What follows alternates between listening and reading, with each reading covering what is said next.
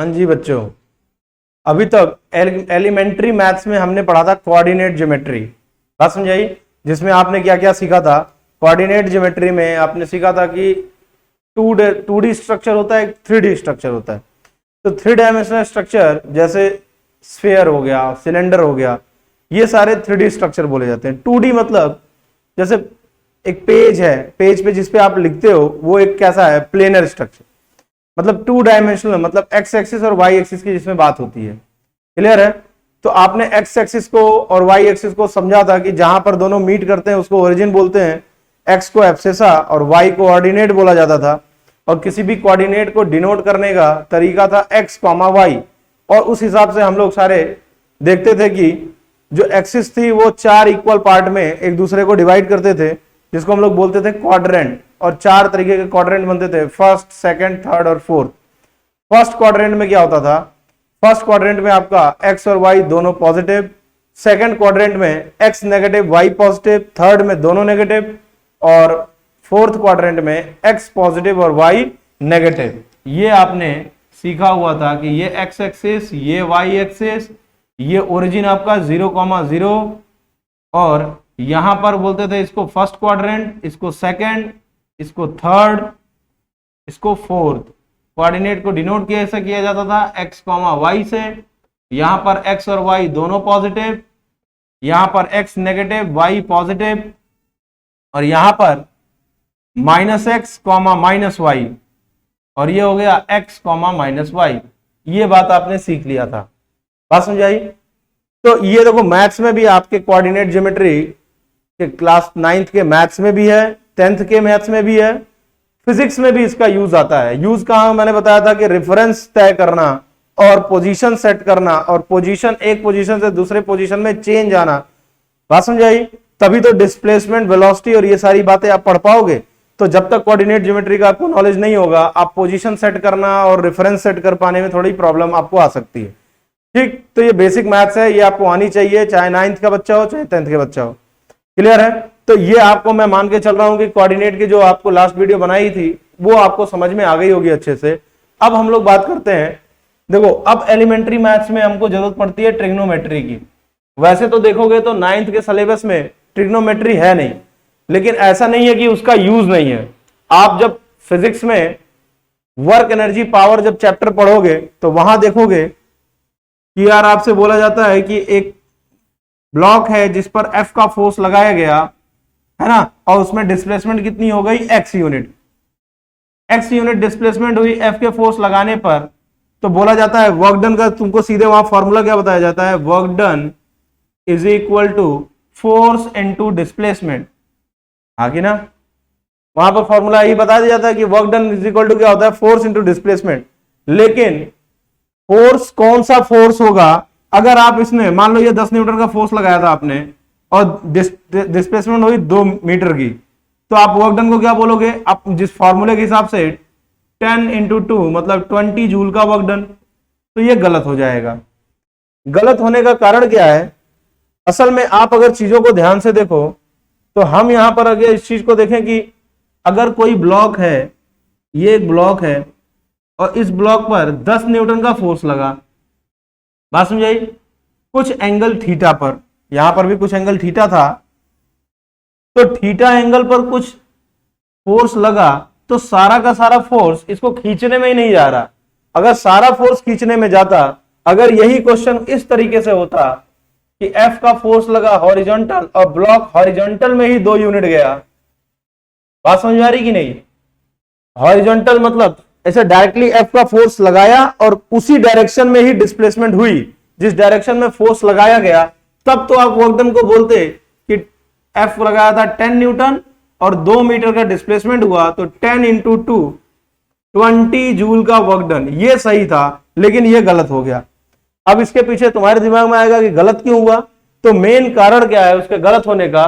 तो ध्यान से देखो, तो जो 10 न्यूटन का फोर्स लग रहा है वो केवल खींचने में ही नहीं जा रहा। देखो कुछ पार्ट उसको खींच रहा है और कुछ पार्ट उसको उठाने के काम आ रहा। कभी आप लोग इसको घर पे भी ट्राई कर सकते हो। किसी भी ऑब्जेक्ट को आप, एक होता है इस तरीके से खींचो और दूसरा होता है इस तरीके से खींचो। अगर इस मैनर में आपने खींचा तो एक कंपोनेंट उसको आगे बढ़ा रहा और दूसरा इसको उठाने का काम कर रहा है इस तरीके से।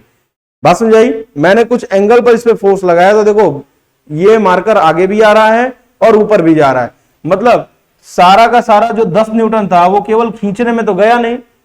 तो जब खींचने में सारा नहीं गया मतलब सारा फोर्स डिस्प्लेसमेंट नहीं दे रहा, कुछ फोर्स वर्टिकल में डिस्प्लेसमेंट दे रहा है और कुछ फोर्स हॉरिजॉन्टल में डिस्प्लेसमेंट दे रहा है।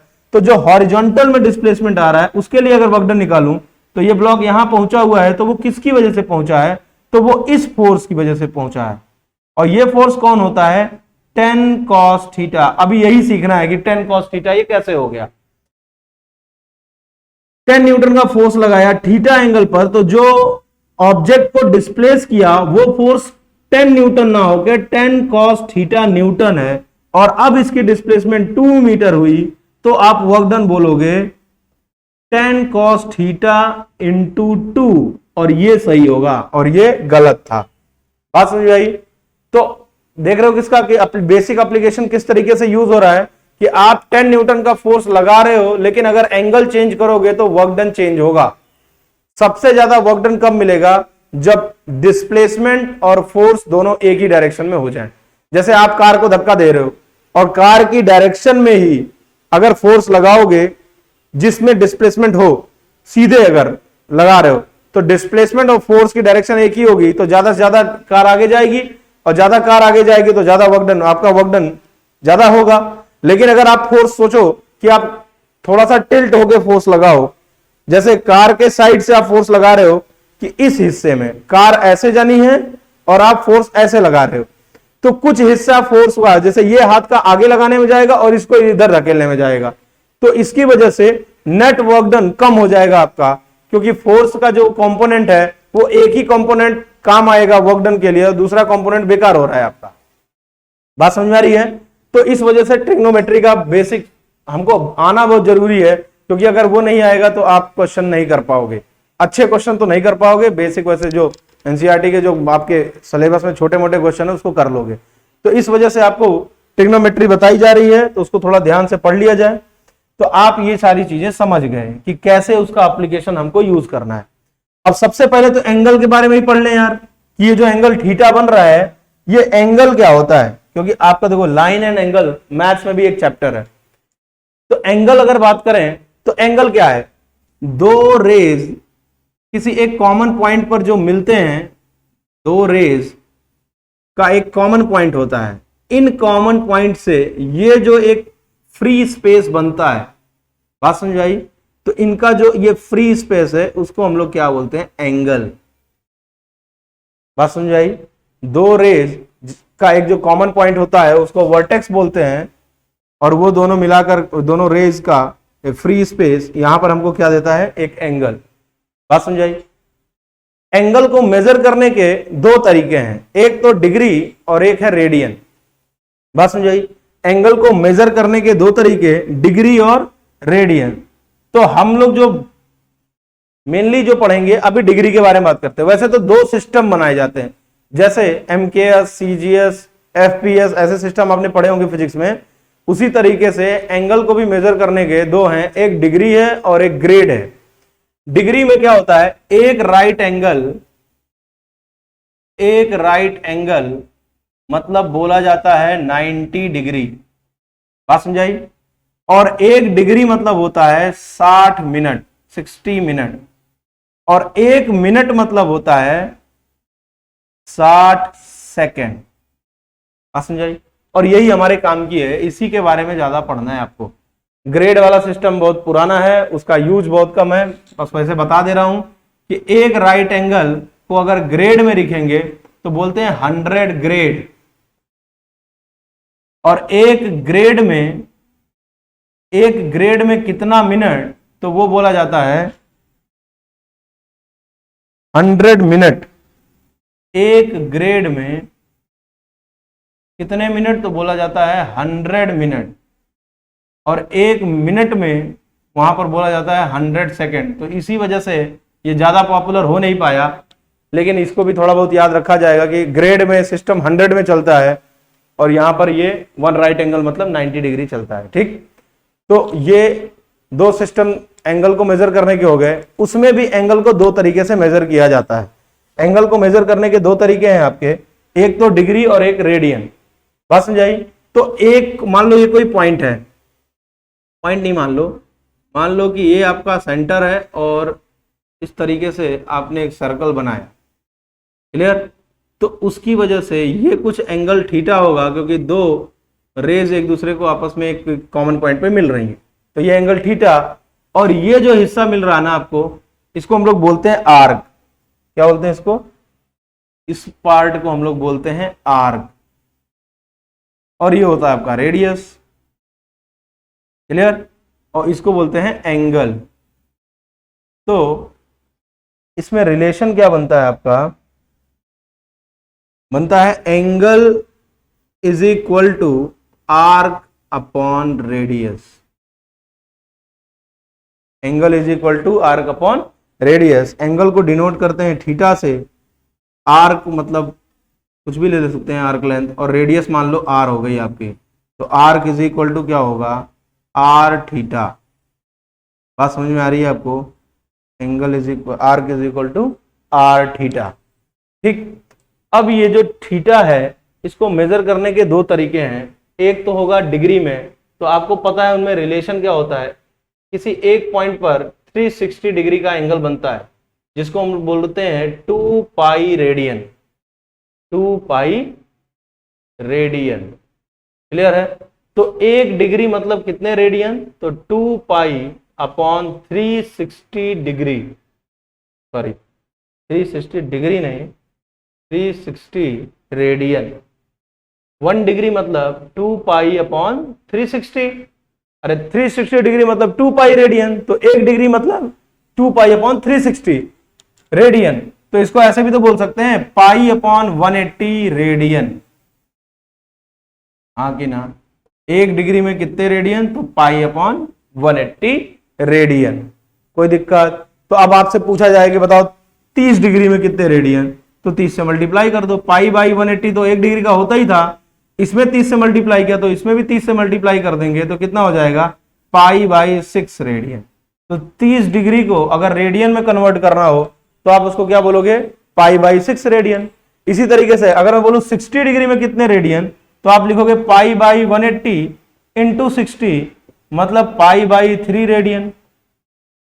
इसी तरीके से आपसे बोल दिया जाए कि 90 डिग्री में कितने रेडियन, तो बोलोगे 1 डिग्री में होता है पाई बाई 180 इंटू 90 कर दें तो आएगा पाई बाई 2 रेडियन।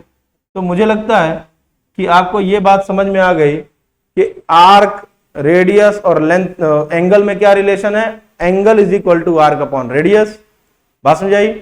एंगल को मेजर करने के दो तरीके, डिग्री और रेडियन, इनमें आपस में रिलेशन क्या होता है? किसी एक पॉइंट पर टोटल जो एंगल, कोई एक पॉइंट अपने साथ कितना एंगल सब्स्टिट्यूट कराता है, तो एंगल सेंटर पे जो सबटेंड करता है वो है 360 डिग्री, और 360 डिग्री इज इक्वल टू कितने रेडियन? 2 pi radian. तो 1 डिग्री में कितने? 2 पाई बाई 360।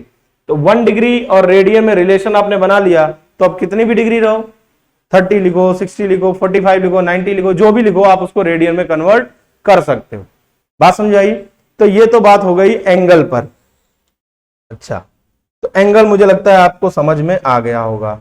अब एंगल समझ में आ गया तो अब आते हैं बात किस पे? ट्रिग्नोमेट्री पे। तो ट्रिग्नोमेट्री में देखो यहां क्या लिखा है, the particular branch in mathematics was developed in ancient part to measure 3 sides, 3 angle and 6 element of a triangle. समझ में आ रही बात? मतलब अगर आपको ट्रिग्नोमेट्री के बारे में जानना है तो सबसे पहले आपको एक राइट एंगल की प्रॉपर्टीज को अच्छे तरीके से समझना चाहिए। तो आपने जानते हो कि ट्राइंगल क्या है? 3 पॉइंट से बना हुआ एक स्ट्रक्चर जो कि कॉन्साइड नहीं होंगे। अगर 3 पॉइंट्स कॉन्साइड हो गए तो वो कभी ट्राइंगल फॉर्म नहीं करेंगे, वो कैसा फॉर्म करेंगे? एक लाइन को फॉर्म करेंगे। तो 3 पॉइंट से एक क्लोज स्ट्रक्चर हमें क्या बनाता है? ट्राइंगल, जो कि कॉन्साइड नहीं है। अब अगर एक एंगल उसमें 90 हो जाए तो उसको हम लोग बोलते हैं राइट एंगल ट्राइंगल, क्योंकि ट्राइंगल का जो तीनों एंगल का सम होता है, ट्राइंगल में कितने एंगल? 3 एंगल, तीनों एंगल का सम कितना होता है? 180, और एक हो गया 90, तो जिसको हम लोग बोलते हैं राइट एंगल। तो एक अगर राइट एंगल हो गया तो बाकी दोनों एक्यूट एंगल होंगे। एक्यूट एंगल मतलब 90 से कम, क्लियर है? तो मान लो कि एक ए बी सी का एक ट्राइंगल है हमारे पास, जिसमें बी हो गया θ1, और θ1 तुम्हें भी पता है कितना है, 90 से कम है। तो θ1 के लिए अब इसमें आपको डिसाइड करना है कि परपेंडिकुलर कौन है। तो इस एंगल के लिए आप ध्यान से देखोगे तो ये आपका क्या होगा, परपेंडिकुलर, और BC आपका क्या होगा, बेस, और AB आपका होगा हाइपोटेनियस। क्लियर?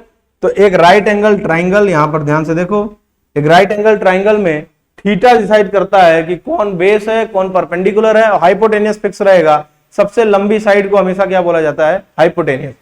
ठीक, अगर मान लो कि आपसे यह बोला जाए कि ये एंगल θ2 है, ये एंगल क्या है, θ2, और ये ABC वही ट्राइंगल है, बस ये एंगल θ1, ये एंगल θ2। तो θ2 के लिए ये परपेंडिकुलर, ये बेस, और हाइपोटेनियस तो वही रहेगा।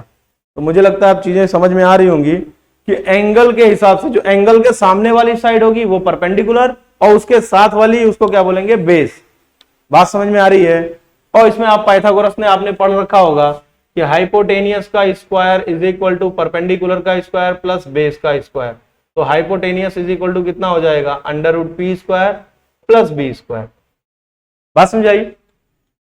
तो ये राइट एंगल के बारे में कुछ प्रॉपर्टीज हैं, उसको समझ में आए आपको कि एक राइट एंगल में एक एंगल 90 डिग्री होना चाहिए, कम से कम एक एंगल 90 होना चाहिए, और ज्यादा से ज्यादा भी एक ही होना चाहिए, क्योंकि एक एंगल 90 हो गया तो दूसरा एंगल 90 हो जाएगा, तो दो एंगल का सम हो जाएगा 180, और 180 का मतलब एक स्ट्रेट लाइन बन जाएगी, तो ट्राइंगल ही फॉर्म नहीं होगा।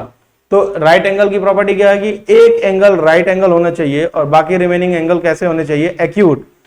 एंगल डिसाइड करेगा कि कौन परपेंडिकुलर और कौन बेस। हाइपोटेनियस आपका फिक्स रहेगा, जो सबसे बड़ी साइड होगी वो हाइपोटेनियस होगी, और परपेंडिकुलर डिसाइड करेंगे एंगल के बेसिस पर, एंगल के सामने जो होगा साइड उसको परपेंडिकुलर, और उसके साथ वाले को हम लोग बेस बोलेंगे।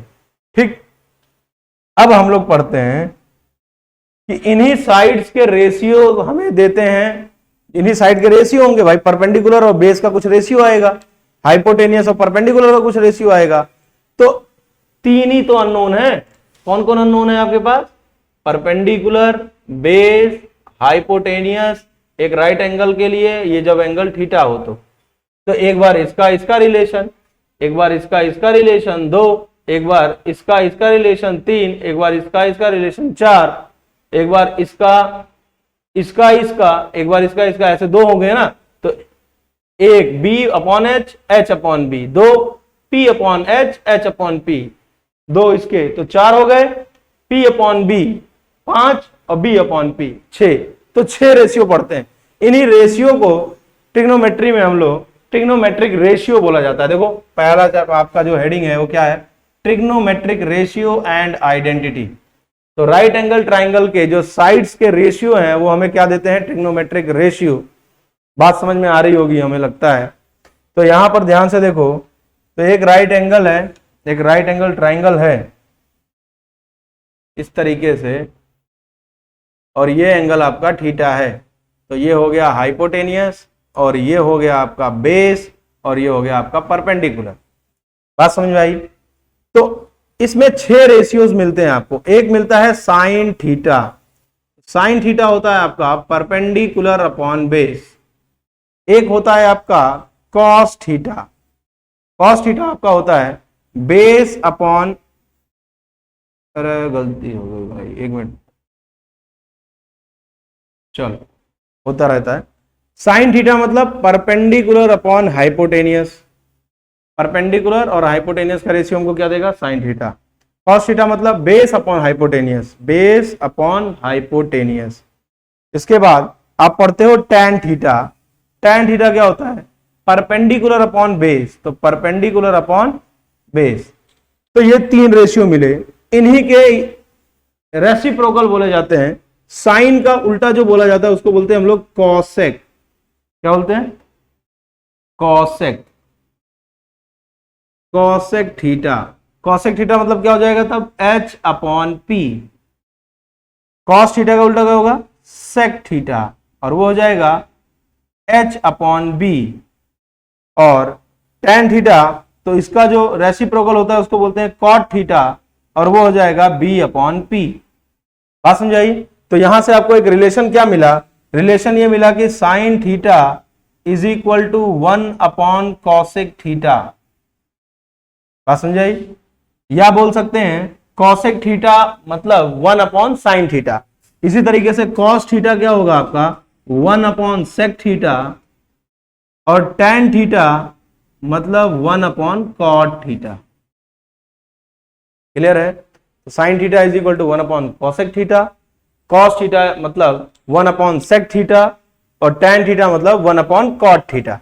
इसका मतलब कि अगर हम लोग एक और रिलेशन, देखो आपको याद क्या क्या रखना है। देखो यहां पर एक ट्राइंगल है, राइट एंगल ट्राइंगल, ये एंगल आपको क्या दे रखा है थीटा। तो इसके लिए ये आपका परपेंडिकुलर हो गया, ये आपका बेस हो गया, और ये आपका हाइपोटेनियस हो गया। तो sine theta is equal to क्या बोला है P upon h, cos theta B upon h, tan theta P upon B, और cot theta B upon P। मतलब कॉट है रेसिप्रोकल tan का। इसी तरीके से सेक किसका रेसिप्रोकल है कॉस का, तो ये B अपॉन एच था तो ये H अपॉन B हो गया। कॉसेक थीटा आपका रेसिप्रोकल है साइन का, तो साइन था P अपॉन एच, तो कॉसेक क्या हो जाएगा H अपॉन P। बात समझ में आ रही है? तो ये है ट्रिग्नोमेट्रिक रेशियो। टोटल कितने ट्रिग्नोमेट्रिक रेशियो पढ़ने हैं हमको 6। तो 6 आपने जो रेशियो पढ़े उसमें से आप एक फॉर्मेट याद कर लो कि साइन या कॉसेक की याद बात कर रहे हैं, कॉसेक थीटा, कॉसेक थीटा मतलब 1 upon sine theta, sec theta मतलब 1 अपॉन कॉस थीटा, और tan या कॉट लिख लें, कॉट थीटा मतलब 1 अपॉन tan थीटा। और tan का एक और रिलेशन आपको याद रखना पड़ेगा, tan असल में होता है sign theta upon cos theta. बात समझाई? और क्यों बोल रहे हैं ऐसा, क्योंकि साइन थीटा होता था परपेंडिकुलर अपॉन हाइपोटेनियस, और कॉस थीटा होता था बेस अपॉन हाइपोटेनियस। हाइपोटेनियस और हाइपोटेनियस कैंसिल आउट होंगे तो P अपॉन B तो आएगा। बात समझाई? और इसी तरीके से इसको मैं लिख दूं 1 अपॉन B अपॉन P, मतलब ये हो जाएगा 1 अपॉन कॉट थीटा। तो tan थीटा के दो रिलेशन मिले आपको, tan थीटा मतलब sign theta upon cos theta, और या बोल सकते हैं 1 अपॉन कॉट थीटा। आ रहा है बात समझ में? तो ये आपको रेशियोज याद रखने पड़ेंगे। अब रेशियोज की वैल्यू निकालनी है।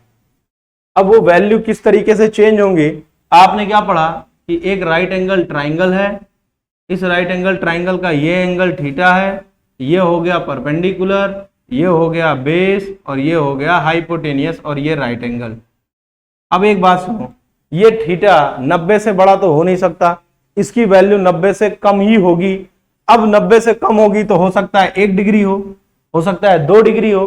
तो कुछ स्टैंडर्ड वैल्यू आपको बताए जाते हैं जो कि है, देखो 1 टू 90 नहीं हो सकता, 89 तक हो सकता है।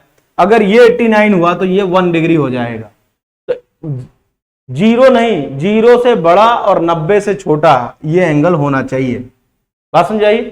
लेकिन कुछ स्टैंडर्ड वैल्यूज हमको याद कराए जाएंगे, जैसे थीटा 30 0 पे लेके थीटा 30 डिग्री, थीटा 60 डिग्री, और 45 डिग्री, और 90 डिग्री। इनके लिए कुछ स्टैंडर्ड वैल्यूज यहां याद कराए जाते हैं कि साइन 0 साइन 30 1/2, साइन 45 1/√2, साइन 60 √3/2, और साइन 90 1। ये देखो वैल्यूज कैसे आ रही हैं। इसके लिए जब आप ट्रिग्नोमेट्रिक फंक्शन पढ़ोगे 11th में, तब आपको चीजें अच्छे से समझाई जाती हैं वहां पे। बस आप अभी यहां पर चीजें याद कर लो ताकि आपसे क्वेश्चन निकालना आ जाए। ठीक है, काफी डीप में पढ़ोगे जब आप 11th में जाओगे, तो इसके लिए आपको एक स्पेशल अलग से चैप्टर ही मिलेगा, उसमें आप अच्छे से इसको पढ़ पाओगे। तो यहां आपको वैल्यूज याद करके रखनी है कि साइन के लिए 0 डिग्री की वैल्यू होती है 0, 30 के लिए 1/2, 45 1/√2, 60 √3/2, और 90 कितना हो जाएगा 1। अब बस कॉस में कुछ नहीं करना, कॉस देखो रेसिप्रोकल टाइप में हो जाएगा, जो साइन 90 है वही कॉस 0 है। ये 1 तो यहां पर 1 लिख दिया, ये √3/2 तो देखो इधर से आ रहे हैं वापस लौट रहे हैं, ये 1 था तो ये 1, ये √3/2 तो ये भी √3/2, 45 1/√2 तो वहीं पे पहुंच गए √3/2, और फिर 1/2 तो यहां 1/2, और ये हो गया 0 तो ये भी 0। बात समझाई? तो 0 से लेके 90 तक का याद कैसे रखना, अगर आपको साइन का याद है तो कॉस याद रखने में 0 नहीं, ये दिक्कत नहीं होगी। जो कॉस 0 है वही साइन 90 है, जो साइन 60 है वही कॉस 30 है, और जो साइन 45 है वही कॉस 45 है। तो ये बात समझ में आ गई होगी। अगर ये आपको समझ में आ गई बात, तो tan का तो दिक्कत ही नहीं है आपको निकालने में, क्योंकि tan के लिए मैंने एक रिलेशन बताया आपको, tan theta is equal to sine theta upon cos theta. तो अगर पूछा जाए tan 0 की वैल्यू बताओ, तो tan 0 मतलब क्या, साइन 0 अपॉन कॉस 0, और साइन 0 की वैल्यू कितनी है 0, तो 0 अपॉन समथिंग 0 ही होगा, तो वैल्यू कितनी आएगी 0, तो tan 0 की वैल्यू 0।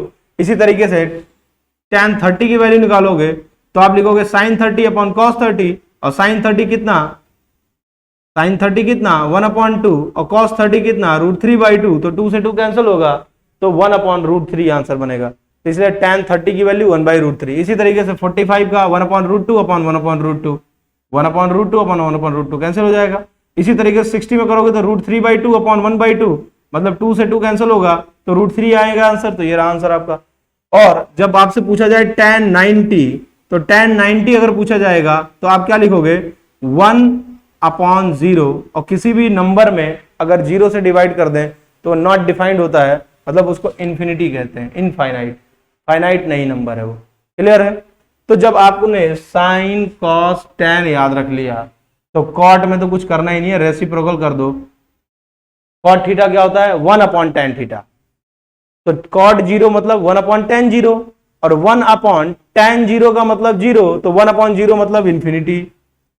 1/1/√3, तो √3 ऊपर जाएगा न्यूमरेटर में, तो ये वैल्यू आ जाएगी √3। 1 का रेसिप्रोकल 1 ही होगा, √3 का रेसिप्रोकल 1/√3 होगा, और इंफिनिटी का रेसिप्रोकल 1/∞ मतलब 0। इसलिए cot 90 कितना होगा 0। ऐसे sec का आपको बताना है तो cos का रेसिप्रोकल ले लो, 1 का रेसिप्रोकल 1 ही होगा, 2/√3 का रेसिप्रोकल 2/√3 होगा, 1/√2 का रेसिप्रोकल √2 होगा, और 1/2 का रेसिप्रोकल 2 होगा, और 0 का इंफिनिटी होगा। बात समझाई। मतलब कुल मिला के आपको अगर एक साइन का याद है तो आपको सारे 6 रेशियो याद हो जाएंगे। बात समझ में आ रही है कि नहीं। तो इस वजह से आप एक बार अपनी कॉपी में ये रेशियो चाहोगे तो लिख सकते हो। ठीक, अच्छा, तो रेशियो समझ में आ गए। रेशियो क्या क्या हुए, देखो 3 ही चीजें हैं, परपेंडिकुलर, बेस, हाइपोटेनियस। अगर P/H कर दें तो ये हो जाएगा साइन, B/H कर दें तो ये हो जाएगा कॉस। ठीक है, फिर H/P कर दें तो इसी का उल्टा हो गया ना, ये हो जाएगा कॉसेक, कॉसेक थीटा, और H/B कर दें तो ये हो जाएगा सेक थीटा। 4 हो गए। और P और B का रेशियो देखो, P/B कर दें तो हो जाएगा tan थीटा, और B/P कर दें तो हो जाएगा cot थीटा। ये 6 रेशियो हैं, मुझे नहीं लगता कि बहुत टफ है, आपको याद नहीं होंगे, ऐसा तो नहीं है। ठीक, तो ट्रिग्नोमेट्री में आपने क्या पढ़ा, सबसे पहले पढ़ा राइट एंगल ट्राइंगल के प्रॉपर्टीज के बारे में, कि एक एंगल 90 होना चाहिए, और एंगल डिसाइड करता है कि कौन परपेंडिकुलर कौन बेस। बात समझ आई। अब देखो इसका जो यूज है फिजिक्स में कहाँ आने वाला है। मैंने आपको बताया था ना कि वो जो फोर्स है वो कॉस थीटा हो जाता है। मान लो कि एक राइट एंगल है, ऐसा समझ लो कि एक सीढ़ी है, इस दीवार पर तुमने लगाई है, कुछ काम करने के लिए लगाई होगी। तो ये जो सीढ़ी है ये है 10 मीटर की। कितने मीटर की सीढ़ी है, 10 मीटर की सीढ़ी तुमने लगा रखी है दीवार पे, जो कि एंगल बना रही है 30 डिग्री ग्राउंड के साथ में। बात समझाई। ग्राउंड के साथ में ये जो 10 मीटर की सीढ़ी है ये दीवार पर रखी हुई है, तो एंगल कितना बनाई 30 डिग्री। अब हमसे पूछा गया कि बताओ कि सीढ़ी वॉल के से कितनी दूर पर रखी गई थी, जो इसका एंड पॉइंट था, बॉटम पॉइंट। दूसरा, दीवार की हाइट बताओ, है ना। तो अब देखो आपको हाइपोटेनियस दिया हुआ है और बेस निकालना है। हाइपोटेनियस दिया हुआ है और बेस पूछा जा रहा है आपसे, तो तुम्हें भी पता है कि कौन सा फॉर्मूला लगाना है। बेस और हाइपोटेनियस आपके कॉस में आते हैं। देखो ध्यान से, कॉस थीटा का फॉर्मूला क्या है, बेस अपॉन हाइपोटेनियस। तो मुझे ये बेस निकालना है ना, तो क्या लिखाऊंगा, cos 30 is equal to base upon hypotenuse जो कि है 10, तो b इज इक्वल टू कितना हो जाएगा 10 cos 30, 10 cos 30। और cos 30 की वैल्यू अभी आपने निकाली, cos 30 कितना होता है √3/2, मतलब जो बॉटम एंड है सीढ़ी का वो वॉल से कितनी दूर होगा 5√3 मीटर पे। और आप आपसे जब परपेंडिकुलर पूछा जाएगा तो परपेंडिकुलर निकालने के लिए आप देखो परपेंडिकुलर और हाइपोटेनियस का कौन सा रिलेशन है, साइन थीटा वाला। तो sine theta is equal to perpendicular upon hypotenuse, तो परपेंडिकुलर तो हमें पता नहीं है, तो sine 30 is equal to P upon H, और H हाइपोटेनियस दे रखा है ना 10, तो P इज इक्वल टू कितना हो जाएगा 10 साइन 30। तो ध्यान से देखो 10 इंटू साइन 30 की वैल्यू यहां देखो रखा हुआ है 1/2, तो 1/2 रखोगे तो ये 5 मीटर आएगी। मतलब अगर एक 10 मीटर की सीढ़ी ग्राउंड के साथ 10 मीटर की सीढ़ी ग्राउंड के साथ बॉटम एंड उसका 30 डिग्री का एंगल बना रहा है, तो इसका मतलब कि वो दीवार की लेंथ कितनी होगी 5 मीटर, और दीवार के बॉटम से सीढ़ी का जो बॉटम एंड है उनके बीच की दूरी कितनी होगी 5√3। तो ये ट्रिग्नोमेट्री से ही तो कर पाए आप, बात समझ में आई। तो ये तो आपका एक मैथ्स का क्वेश्चन हो गया था हाइट एंड डिस्टेंस से रिलेटेड। तो वही चीज आपसे यहां जब पूछी जाएगी कि मान लो एक ब्लॉक है और उस पर 10 न्यूटन का फोर्स लगा या 10√3 न्यूटन का एक फोर्स लगा, क्लियर है, और वो एंगल कितना बना रहा है, एंगल बना रहा है, नहीं एक मिनट रुको, अच्छा क्वेश्चन लेते हैं, थोड़ा सा राउंड फिगर में वैल्यू है। क्वेश्चन ये है आपका कि एक ब्लॉक है और उस ब्लॉक पर आपने फोर्स लगाया 10√2 न्यूटन का, और एंगल कितना 45 हॉरिजॉन्टल के साथ। अब पूछा जाए वर्क डन बताओ, तो वर्क डन का फॉर्मूला सबको पता है कि फोर्स इनटू डिस्प्लेसमेंट, लेकिन कौन सा फोर्स, जो फोर्स रिस्पॉन्सिबल है डिस्प्लेसमेंट देने के लिए। तो अगर आपका ब्लॉक ऊपर जाता है तो ऊपर वाले फोर्स पे चर्चा होगी, और अगर आपका ब्लॉक ये वाला गया, देखो यहां पर अगर ब्लॉक आया तो इसका हॉरिजॉन्टल, देखो इसके दो कंपोनेंट होंगे, ये है हॉरिजॉन्टल और ये है वर्टिकल। तो हॉरिजॉन्टल कंपोनेंट ने ही तो ये डिस्प्लेसमेंट दिया आपको, ये एक्स डिस्प्लेसमेंट किसकी वजह से मिला आपको, हॉरिजॉन्टल कंपोनेंट ऑफ फोर्स की वजह से। इस वजह से जब आप वर्क डन निकालोगे तो 10√2 ना लेकर आप ये हॉरिजॉन्टल कंपोनेंट लोगे, क्योंकि इसने खींचा है ब्लॉक को, ना कि इसने खींचा है, ये वर्टिकली खींच रहा है और ये किसी एंगल पर खींच रहा है। तो हॉरिजॉन्टल मोशन में हॉरिजॉन्टल आपको डिस्प्लेसमेंट कौन दे रहा है, वर्टिकल कंपोनेंट की horizontal component, horizontal component of F, बात समझाई। तो ये 10√2 है और 45 का एंगल लग रहा है, तो आप उसी तरीके से समझो कि अगर हाइपोटेनियस कितने का है 10√2 का, एंगल है आपका 45 डिग्री, तो आपको हॉरिजॉन्टल एक्सिस पे ये वाला निकालना है, तो ये बेस हो गया ना, ध्यान से देखो तो। और बेस के लिए आप कौन सा फॉर्मूला लगाते हो, cos 45, और cos 45 कितना होता है बेस अपॉन हाइपोटेनियस, और हाइपोटेनियस कितना है 10√2, मतलब बेस इज इक्वल टू कितना हो जाएगा 10 cos 45, मतलब 10√2 इंटू cos 45 की वैल्यू होती है 1/√2, तो √2 से √2 कैंसिल होगा, 10 न्यूटन का फोर्स लगेगा, जो कि आप ये जो फोर्स लग रहा है कितने का लग रहा है 10 न्यूटन का, जिसने डिस्प्लेसमेंट कितना दिया 2 यूनिट, तब आप वर्क डन बोलोगे 10 × 2 मतलब कितना 20 जूल। और अगर आप वैसे केवल फॉर्मूले बेस पर चीजों को निकालते तब आप क्या लिखते कि फोर्स इनटू डिस्प्लेसमेंट, तो फोर्स तो लग रहा था 10√2, तो उस हिसाब से आपका आंसर कितना आता 20√2, जो कि गलत था, क्योंकि डिस्प्लेसमेंट एक्स में हुई है तो फोर्स भी एक्स वाला ही चाहिए। क्लियर है, ठीक है। तो इस तरीके से आपको देखो एक सिंपल सी बात बता दूं कि आपको याद कैसे रखना है, जो भी एंगल के साथ में होगा, जैसे ये फोर्स लगा एफ का और ये एंगल थीटा है, तो एंगल के साथ वाला ये लाइन जो होगी वो होगी एफ कॉस थीटा, और इसका जो वर्टिकल होगा इसके जो परपेंडिकुलर होगा ये 90 हो जाएगा ना, तो ये हो जाएगा एफ साइन थीटा। बस अगर नहीं समझ में आ रहा है तो याद कर लो कि इस तरीके से अगर ब्लॉक पर मान लो यही फोर्स एफ लग रहा होता लेकिन एंगल वर्टिकल के साथ ये थीटा दिया होता, तो ये आपका हो जाता एफ कॉस थीटा और ये एंगल होता आपका एफ साइन थीटा। बात समझाई। इसी तरीके से और भी चीजें पूछी जा सकती हैं आपको कि मान लो इस ब्लॉक पर इस तरीके से फोर्स लगा है और हॉरिजॉन्टल के साथ एंगल है थीटा, तो ये होगा एफ कॉस थीटा, एंगल के साथ वाला हमेशा कॉस और उसके परपेंडिकुलर वाला एफ साइन थीटा। बात समझ में आई क्या? मान लो एक ब्लॉक है या एक ऑब्जेक्ट को आप u वेलोसिटी से इस तरीके से प्रोजेक्ट कर रहे हो, तो ब्लॉक इस तरीके से जाके यहाँ कुछ दूर पे जाके गिरेगा, तो जो ये दूरी ट्रैवल करा रहा है वो कौन करा रहा है? वो करा रहा है u cos थीटा, एंगल के साथ वाला cos, इसके परपेंडिकुलर वाला साइन। मुझे लगता है अब याद हो गया आपको, में कोई दिक्कत नहीं आई होगी। ठीक है, तो आपने क्या सीखा कि राइट एंगल ट्राइंगल क्या है? एक एंगल 90 होना ही चाहिए और बाकी दोनों एंगल कैसे होने चाहिए? एक्यूट एंगल होने चाहिए। फिर आपने क्या पढ़ा कि एंगल जो होगा, जो थीटा है, वो डिसाइड करेगा कि कौन परपेंडिकुलर कौन बेस। तो आपने ये भी सीख लिया। फिर आपसे बताया गया कि जो साइड का रेशियो है उसको हम लोग बोलते हैं ट्रिग्नोमेट्रिक रेशियो। तो साइन थीटा मतलब perpendicular upon hypotenuse, cos theta मतलब बेस अपॉन हाइपोटेनियस और टेन थीटा मतलब परपेंडिकुलर अपॉन बेस। और फिर उसके रेसिप्रोकल, साइन का रेसिप्रोकल कोसेक, कॉस का रेसिप्रोकल सेक और टेन का रेसिप्रोकल कॉट। ये सारी बातें समझ गए हो आप। इसके बाद अब हम लोग ये सीखेंगे कि sine theta, cos theta, tan theta, इनकी वैल्यूज कैसे निकाली जाए। क्लियर है? तो sine theta, cos theta, tan theta की वैल्यूज के लिए आपको ये एक रिलेशन बताया गया। क्लियर है?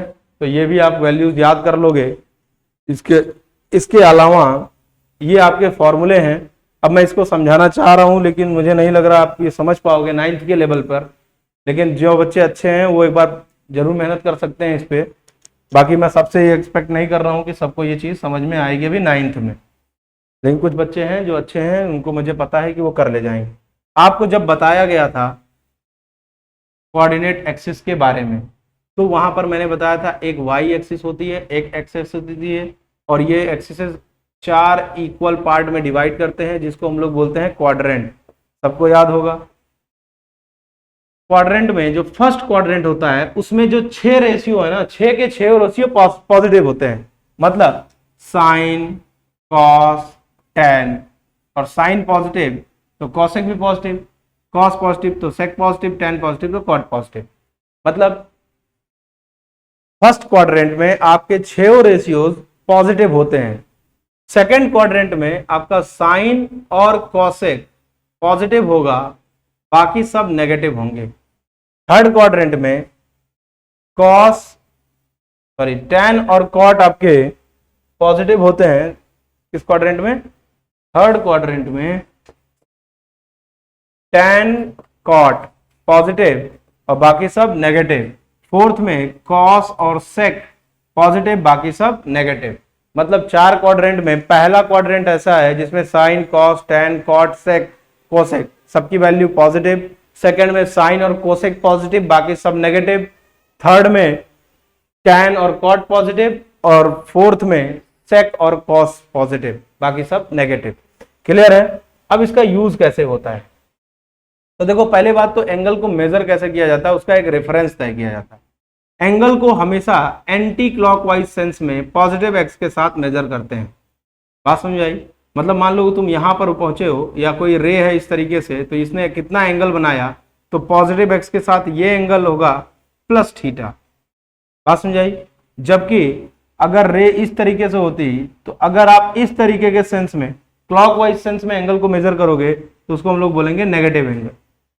तो क्लॉकवाइज सेंस में नेगेटिव एंगल और एंटी क्लॉकवाइज में पॉजिटिव एंगल।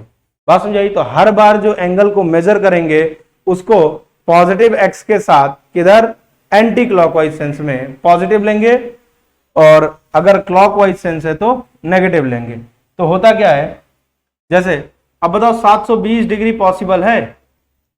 बिल्कुल पॉसिबल है। मान लो आप यहां से चले, एक चक्कर घूमे, एक चक्कर और घूम गए, तो सेंटर पे कितना एंगल बनाए? 2 चक्कर लगा लिया ना आपने। एक चक्कर लगाए तो 360, तो 2 चक्कर में कितना? 720। लेकिन अगर ये सोचो कि आप यहां से एक चक्कर लगाए और फिर घूम के इतना चले आए, तो जितना 360 प्लस हुआ था उतना 180 माइनस हो गया। तो अब पहुंचे कहां पे हो आप? असल में यहां पर हो ना। तो यहां से यहां के लिए एंगल कितना है? 180 डिग्री। बात समझ में आ रही है क्या? तो एंगल मेजरमेंट करने के रेफरेंस हम लोग रखते हैं प्लस एक्स को, एंटी क्लॉकवाइज सेंस में एंगल को लेंगे पॉजिटिव, और नेगेटिव वाइज सेंस में एंगल को लेंगे, क्लॉकवाइज सेंस में एंगल को लेंगे नेगेटिव। क्लियर? तो वही चीज आपको यहां पर बताई गई है, देखो the sign of trigonometric ratio in different quadrants as under, देखो ये first quadrant all positive, second quadrant sine cos theta are positive and rest are negative, third quadrant में टैन और कॉट पॉजिटिव है, बाकी सारे नेगेटिव हैं, और fourth में कॉस थीटा और सेक थीटा पॉजिटिव, बाकी सब नेगेटिव। यहां तक बात समझ में आ गई होगी। ये जरूरत क्यों पड़ रही है? ये जरूरत ये पड़ रही है कि जरूरी नहीं है कि आपसे 90 डिग्री तक ही पूछा जाए, हो सकता है आपसे पूछा जाए 120 डिग्री। तो 120 डिग्री के लिए कुछ अलग तरीके से बात होना स्टार्ट हो जाएगी। जब आपसे 90, 0, 30, 60, 45, 90 ये पूछा जा रहा था, तो आप उस समय फर्स्ट क्वाड्रेंट में रहा करते थे, वहां पर सारी वैल्यू पॉजिटिव हुआ करती थी। लेकिन अब 120 पूछा तो खुद सोचो कि ये 0 से 90 ये है, 120 का मतलब आप यहां पर हो ना, और 120 का मतलब आप सेकंड क्वाड्रेंट में हो। तो सेकंड क्वाड्रेंट में साइन और कॉसेक ही पॉजिटिव होते हैं, बाकी सब कैसे होते हैं? नेगेटिव। तो इसका मतलब कि जब आपसे पूछा जाएगा कि साइन 120 डिग्री की वैल्यू बताओ, साइन 120 डिग्री, तो यहां पर इसको ऐसे लिखा जा सकता है, साइन 120 को साइन 90 प्लस 30, साइन 90 प्लस 30। तो अब एक चीज देखना है यहां पर, देखो अगर y एक्सिस से चेंज आएगा, y एक्सिस से चेंज आएगा तो साइन चेंज होगा कॉस में, कॉस चेंज होगा साइन में, कॉसेक चेंज होगा सेक में, सेक चेंज होगा कॉसेक में, और टैन चेंज होगा कॉट में, कॉट चेंज होगा टैन में। याद रख पाओगे तो ठीक है, नहीं तो फिर अब क्या बताया जाए कि 90 प्लस 30, हमको चाहिए था साइन 120, तो इसको कैसे लिख सकते हैं? Sine 90 plus 30।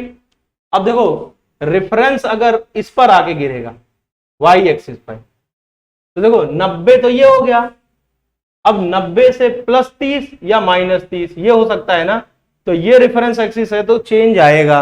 और अगर जैसे मैंने बोला, मैं इसको ऐसे भी लिख सकता था, साइन 120 को लिखने का तरीका देखो, 120 है ना, साइन 120, इसको दो तरीके से लिखा जा सकता है, साइन 90 प्लस 30, और एक लिख सकता हूं मैं साइन 180 माइनस 60। देखो ध्यान से, साइन 120 की वैल्यू बतानी है तो इसको दो तरीके से लिखा जा सकता है, साइन 90 प्लस 30 या साइन 180 माइनस 60। फर्क क्या है दोनों में? जब मैं बात करूंगा साइन 90 प्लस 30, मतलब आपका रेफरेंस बनेगा ये वर्टिकल एक्सिस, 90 प्लस 30, ये 90 तो पहले से था, अब प्लस 30 कर दिया तो यहां पे।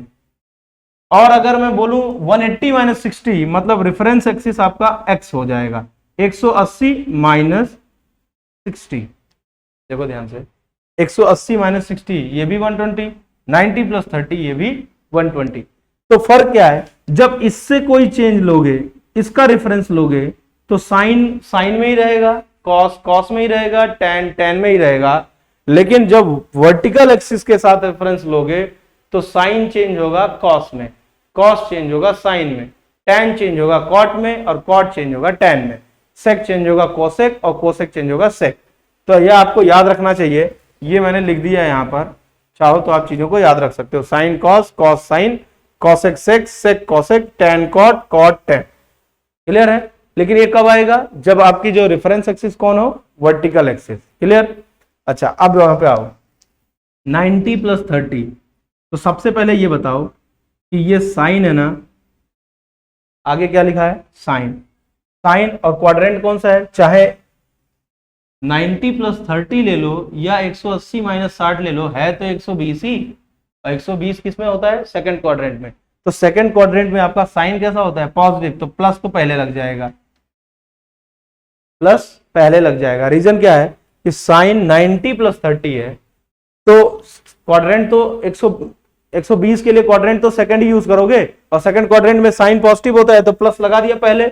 अब देखो 90 का रेफरेंस है ना, असल में देखो तो 1 इंटू 90 है, तो 90 का रेफरेंस है, मतलब कौन सा लाइन है, वर्टिकल लाइन। तो साइन किस में चेंज होता है, कॉस में, तो ये हो जाएगा cos 30। तो कुल मिला के एक बात सुन लो पूरी अच्छे से, किसी भी चीज को ऐसे लिखेंगे n इंटू थीटा, सॉरी, किसी भी अंदर एंगल को, किसी भी रेशियो के अंदर में एंगल को लिखेंगे n इंटू 90 प्लस थीटा।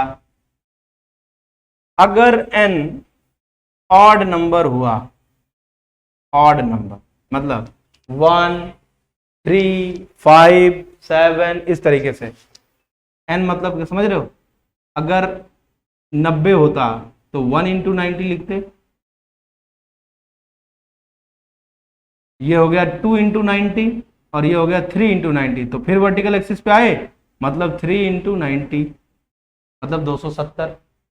फिर एक बार घूम के आए तो फिर ये वर्टिकल लाइन पे नहीं है, हॉरिजॉन्टल पे है, तो 4 हो गए, 190, 290, 390, 490 है ना। फिर 590, 5 इंटू 90 फिर वर्टिकल एक्सिस पे आ गए, 590 पर 5 इंटू 90 पर वर्टिकल एक्सिस, 6 इंटू 90 पे हॉरिजॉन्टल एक्सिस, फिर 7 इंटू 90 पे फिर किस पे आते हैं हम लोग, वर्टिकल। तो वर्टिकल एक्सिस के ही रेफरेंस में चीजें चेंज होती हैं। तो जब भी 90 का मल्टीपल ऑड नंबर होगा तो साइन किस में चेंज होगा, साइन चेंज होगा कॉस में, कॉस चेंज होगा साइन में, टैन चेंज होगा कॉट में, कॉट चेंज होगा टैन में, सेक चेंज होगा कॉसेक में, और कॉसेक चेंज होगा सेक में। कब, जब 90 का मल्टीपल ऑड नंबर हो। क्लियर। अच्छा, ये पहला केस बन गया। कोई भी भाई किसी का भी रेशियो आप ऐसे ही तो लिखते हो n into 90 plus theta, n odd number हुआ तो चेंज आएगा, और अगर n इवन नंबर हुआ जैसे 2 इंटू 90 तो 180, मतलब ये वाली लाइन, इस पे कोई चेंज नहीं आता। 4 इंटू 90 तो 4 इंटू 90 पे यहां पहुंच जाते, तब भी यही लाइन है रेफरेंस में, तब भी कोई चेंज नहीं आएगा। 6 इंटू 90 फिर घूम के यहां पर चले आए, तो हॉरिजॉन्टल लाइन पे कोई चेंज नहीं आता, वर्टिकल लाइन पे आता है। इसीलिए अगर n इवन नंबर होगा तो साइन साइन में ही रहेगा, कॉस कॉस में ही रहेगा, और टैन टैन में ही रहेगा। यही बात समझाना चाह रहा हूं ताकि आप 0 से 90 के अलावा भी और भी वैल्यूज निकाल पाओ। जैसे यहां पर इस स्लाइड में आपको सारी चीजें दे रखी हैं, बात समझ आई कि अगर मैं आपसे पूछूं कि साइन 120 की वैल्यू बताओ, तो इसको दो तरीके से निकाला जाएगा। एक लिखूंगा मैं साइन 1 इंटू 90 प्लस 30, ध्यान देना, और दूसरा मैं लिखूंगा साइन 2 इंटू 90 मतलब 180 और माइनस 60। दोनों एक ही बातें है ना, फर्क देखना। क्वाड्रेंट कौन सा है आपको पता है, सेकंड क्वाड्रेंट है।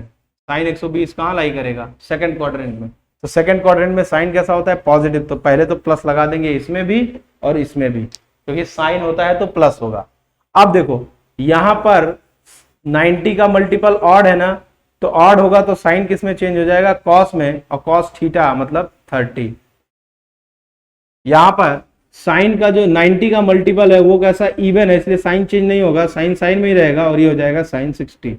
ये थीटा होता है, इसी को थीटा बोलते हैं। तो ये cos 30 की वैल्यू कितनी होती है, √3/2 है ना, और यहां पर साइन 30 की वैल्यू कितनी, 60 की वैल्यू कितनी होती है, प्लस √3/2। इसलिए साइन 120 की वैल्यू क्या होगी, √3/2। ऐसे निकाल सकते हो आप।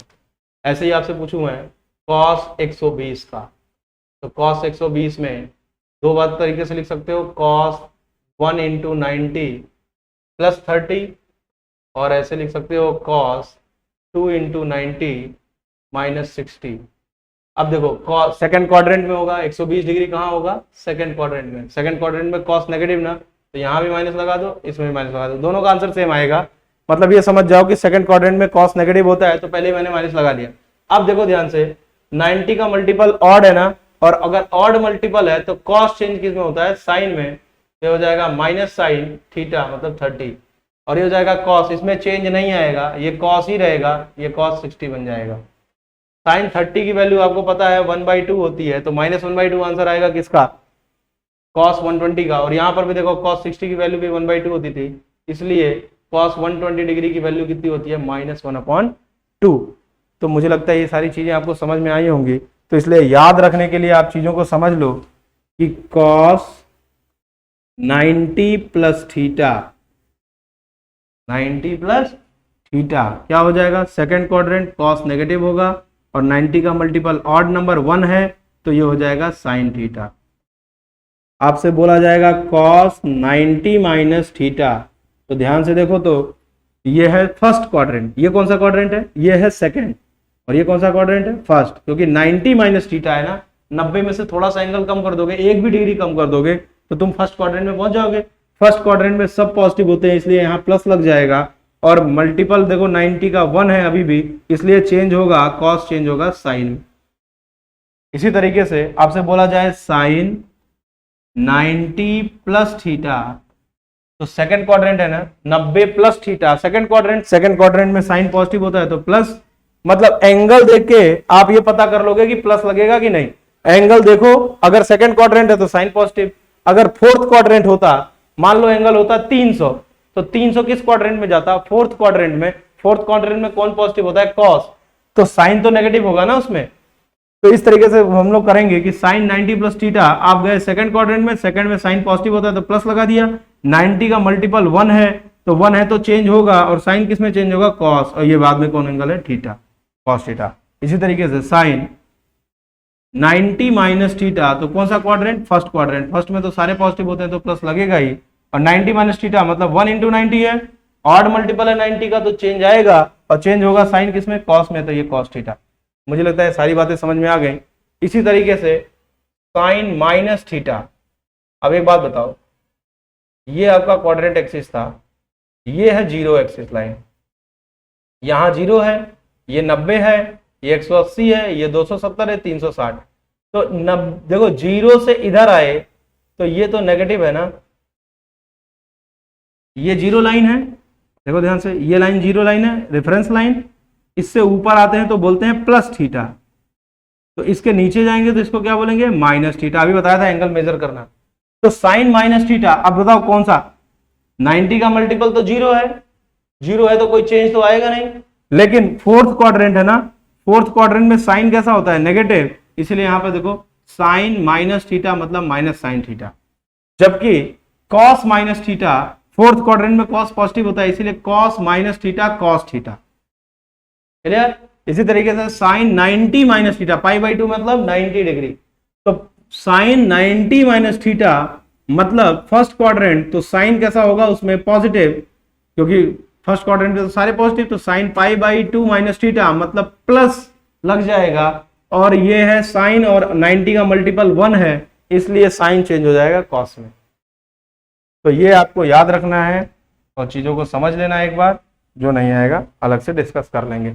ये फॉर्मूले हैं, याद करना है तो कर लेना, अभी कोई जरूरत नहीं है, 11th 12th में काम आएगा, ठीक। तो अभी आपको जो बेसिक चीजें बताई गई, राइट एंगल की प्रॉपर्टीज और उसकी सारी चीजों को, उनको आपको अच्छे से एक बार रिवाइज कर लेना है, और उसको मैंने आपको बारे में, उसको फिजिक्स में किस तरीके से यूज करना है वो भी आपको अच्छे से पता होना चाहिए, क्योंकि बार बार फिजिक्स में वो चीजें यूज होती रहेंगी, चाहे 9th हो चाहे 10th हो, इसलिए इतनी चीजें आपको आनी चाहिए कि नंबर को कैसे, मतलब रेशियोज को एक फॉर्मेट से दूसरे फॉर्मेट में कैसे चेंज किया जा रहा है, कैसे वैल्यूज निकाली जा रही हैं, और कुछ आइडेंटिकल वैल्यू है वो आपको याद रखने हैं 0 से 90 तक, तभी आप बाकी वैल्यूज निकाल पाओगे, ठीक है।